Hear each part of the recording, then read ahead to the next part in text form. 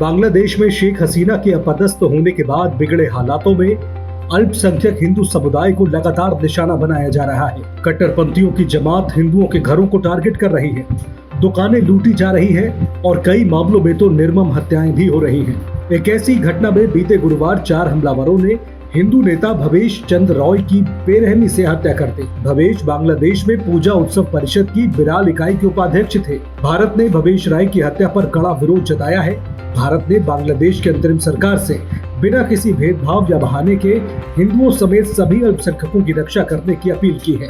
जिस अमानवीयता से भवेश राय की हत्या की गई है, उसे जानकर आप बांग्लादेश में हिंदुओं की हालत का अंदाजा बखूबी लगा पाएंगे। दरअसल 58 वर्षीय भवेश दिनाजपुर जिले के वसुदेवपुर गांव के रहने वाले थे। वो बांग्लादेश पूजा उत्सव परिषद की बिराल इकाई के उपाध्यक्ष थे।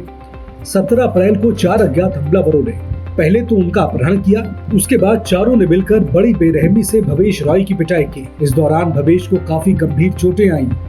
बेहोशी की हालत में हमलावर भवेश को उनके घर के पास ही फेंक कर भाग गए। अस्पताल पहुंचने पर उन्हें डॉक्टरों ने मृत घोषित कर दिया।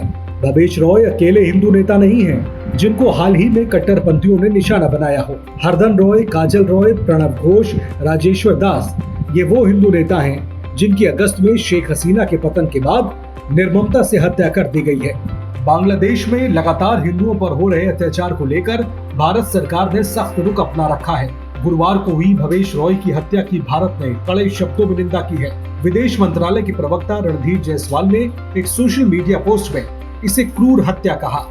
साथ ही ये भी लिखा कि इससे बांग्लादेश में हिंदू अल्पसंख्यकों के उत्पीड़न की प्रवृत्ति नजर आ रही है। ये हत्या अंतरिम सरकार के तहत हिंदू अल्पसंख्यकों की योजनाबद्ध उत्पीड़न की प्रवृत्ति का एक तरीका है, जबकि पिछली ऐसी घटनाओं के अपराधी दंड से बचकर अब तक घूम रहे हैं। भारत के विदेश मंत्रालय की तरफ से जारी बयान में न सिर्फ इस घटना की आलोचना की गई है, बल्कि मोहम्मद यूनुस की सरकार से कार्रवाई करने की बात भी कही गई है। विदेश मंत्रालय के प्रवक्ता रणधीर जायसवाल ने अपने पोस्ट में आगे लिखा कि हम एक बार फिर अंतरिम सरकार को याद दिलाते हैं कि वो बिना किसी बहाने या भेदभाव के हिंदुओं समेत सभी अल्पसंख्यकों की सुरक्षा करने की जिम्मेदारी पूरी करे।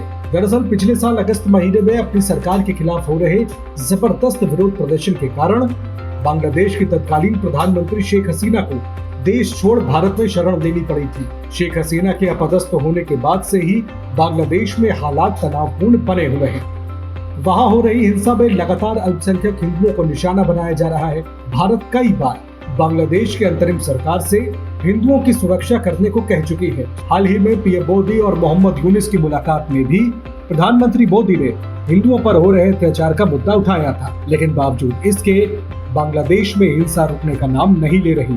इसके चलते दोनों देशों के बीच रिश्ते तल्ख होते जा रहे हैं।